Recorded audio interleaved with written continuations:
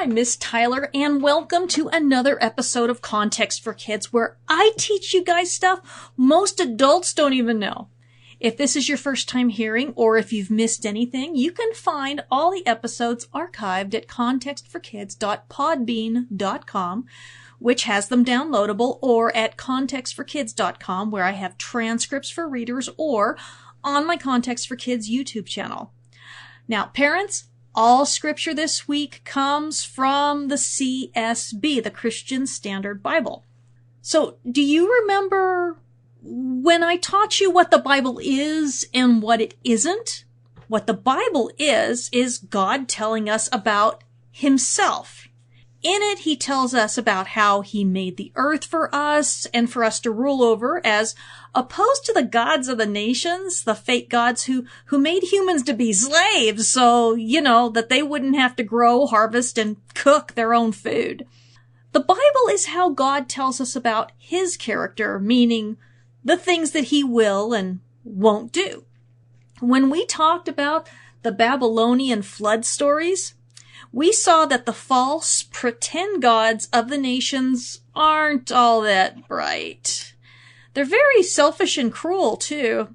You could never trust gods like that because they only cared about how loud the humans are and how they couldn't get any sleep at night, and they were willing to kill everyone just because they were annoying.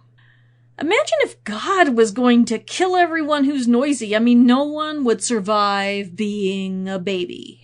And all the cities would be gone, hold a rock concert and bam, everyone would just be dead.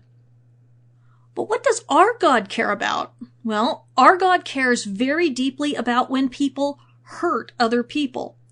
And when the world became too dangerous even for children to be safe anymore, God was forced to take action to start all over again.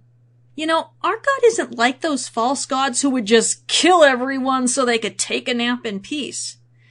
God waited and waited and waited until everything was completely ruined and terrible, more terrible than we can even begin to imagine.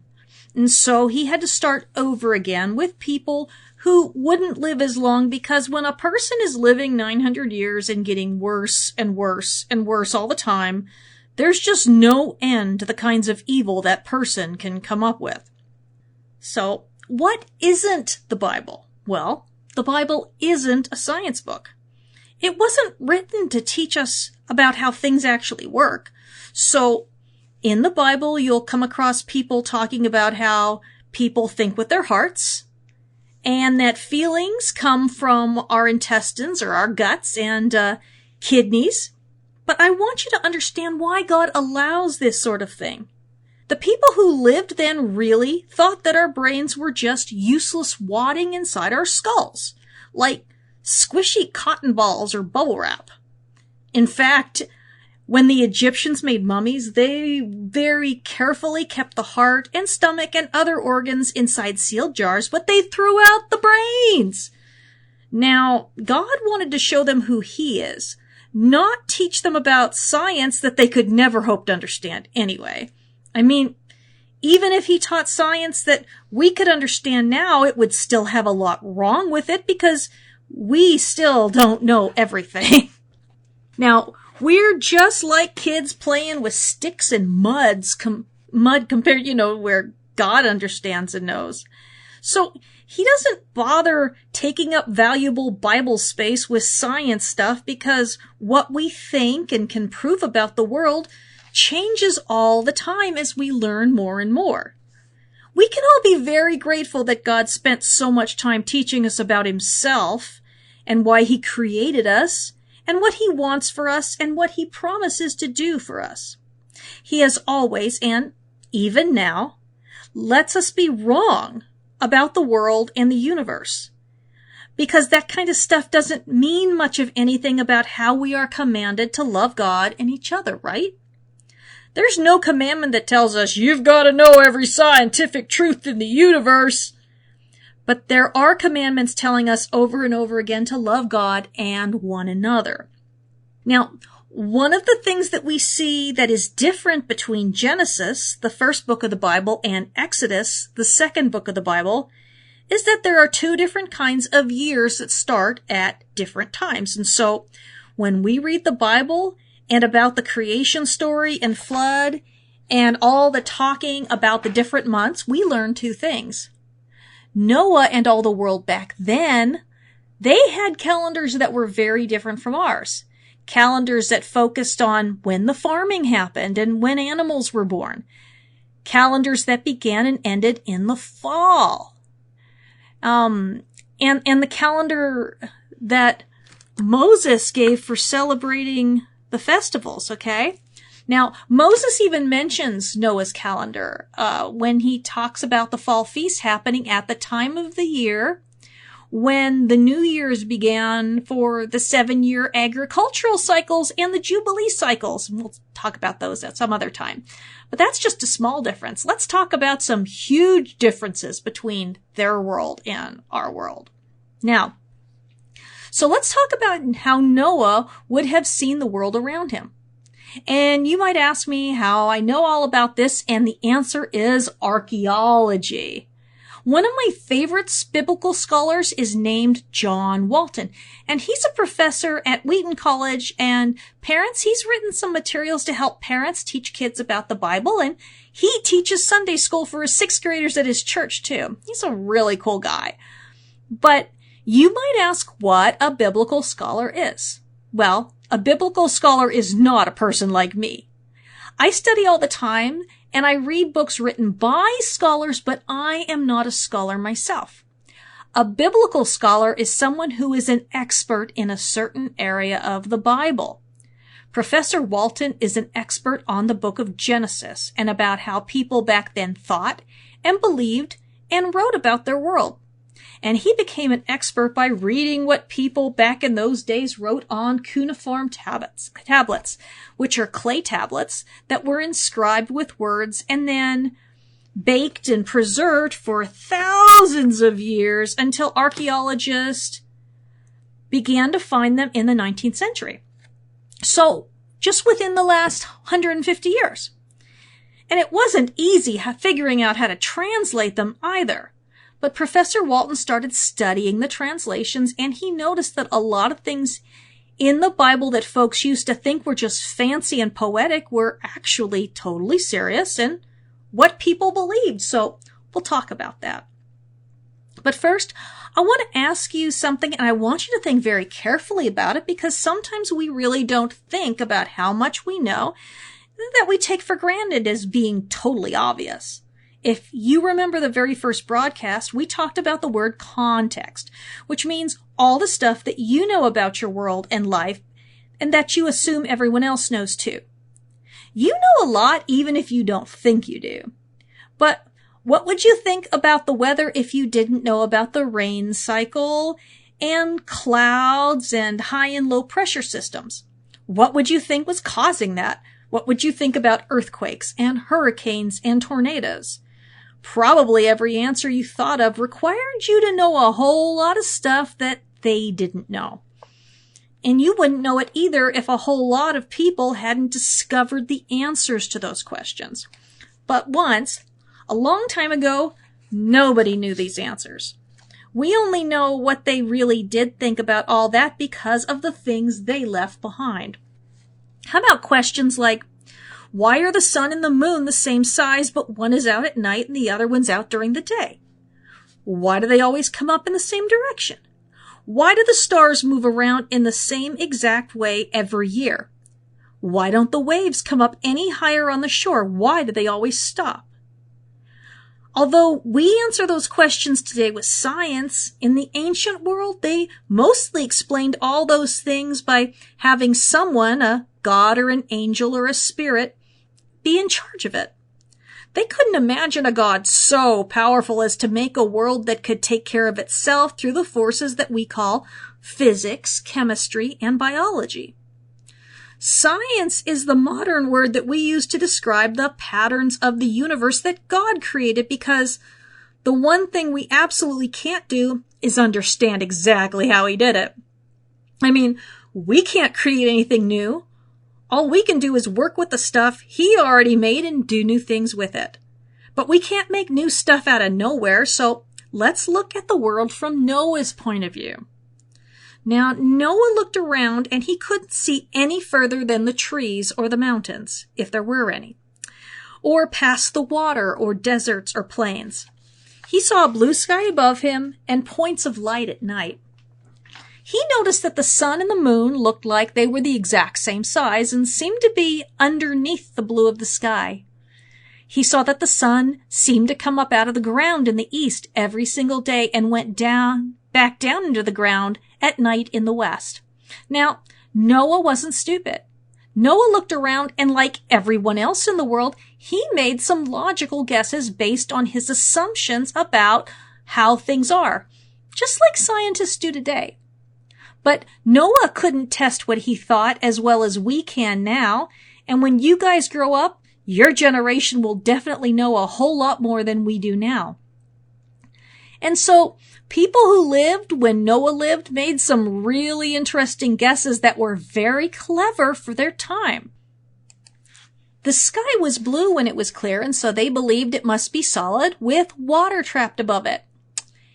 And the water came through sometimes and not at others, and so there must be doors that could open and shut to let the water through. And somebody had to be up there opening the doors and closing them back up again. Noah didn't understand about rain clouds and evaporation and that the water up above used to be down on the ground. In fact, when we read the Bible, usually when clouds are mentioned, people thought that God was either blessing them or cursing them. It wasn't until the time that the Judges was written much later that we see that they believed clouds were full of water. What about the ground they walked on? Well, they knew that the land was surrounded by water, and so they thought that water was underneath all the land too, and that the land was kind of floating on top of the water, and that water was where everyone who was dead ended up. They believed that there was only one continent and that it was pretty round and surrounded by a big donut of water. Now, remember I told you that they thought the sky was solid and holding back the water above the earth? Well, they thought it was actually a solid dome, like half of a ball, that was held up at the edges by huge mountains or held up at the very center by a ginormous tree or a giant mountain. It all depended on where they were living and if they were surrounded by mountains or were in the desert. And not only Noah, but everyone believed it because that's what it looked like from the ground or even from the tallest place that they were able to climb to. They had no idea that our planet was so huge that it only appears to be flat. They also thought that underneath the flat world there were huge pillars or columns holding it up, like you would see on ancient buildings and even today on some modern ones. Now, today we know that the planet is shaped like a ball, and that we have a north and south pole and a real east and west that we can find with a compass, which no one actually had until the Chinese invented them not too long before Jesus was born. Now, Noah lived thousands of years before a compass was available. Noah thought that the sun and the moon were the same size. He had no idea the sun was far away, so far away that it only looked the same size. Like people up close versus people far away. They might be the same height, but one looks teeny and the other one looks normal. They believed that the sun and the moon were being driven across the sky by a person in a chariot or in a boat, and that at night it went down under the earth and in the morning popped back up again. They couldn't even begin to imagine the amazing universe that God had made. They thought that the sun and the moon went over and under the earth instead of the earth going around the sun. Well, they were right about the moon going around the earth, but the way they thought it was happening really wasn't right at all. They believed that snow and lightning and hail and wind were all kept stored away in storage rooms. But now we know how they work because of science, and because we know it, the weatherman knew that there would be a blizzard here today. Which means that I have to go out and shovel soon before my husband drives over it and it sticks and becomes icy and someone slips and breaks something. If they were really stored away in rooms above the sky, then no one could ever make accurate weather predictions. But because we can explain it by better understanding the physics that God created, we can make predictions that are much better now than they were when I was a kid, that's for sure. Now, Noah also would have believed in a universe with at least 3 levels. One was under the earth, then the earth and the sky, and the 3rd level was above the earth. Under the earth was what the ancient Hebrews called Sheol, and they believed that the souls of the dead people were there. As far as the earth goes, I already talked about how they thought it was a disk on top of the water, and all the different nations pretty much thought they were at the center. They believed that there was either a mountain reaching from the earth into the heavens, or a world tree with its roots down in the water, beneath the earth, and with its top up in the heavens. Above the dome, they believed their gods or God lived there. They didn't think that there was a whole universe with planets and stars out there. They thought that the stars and the planets that we can see were carved on the underside of the sky dome, and that they ran on tracks so that they rotated around every year. And it's very helpful to know that when you're reading the Bible, because we might just see it as fancy language, but God was talking to them about himself by speaking to them through the things they already believed.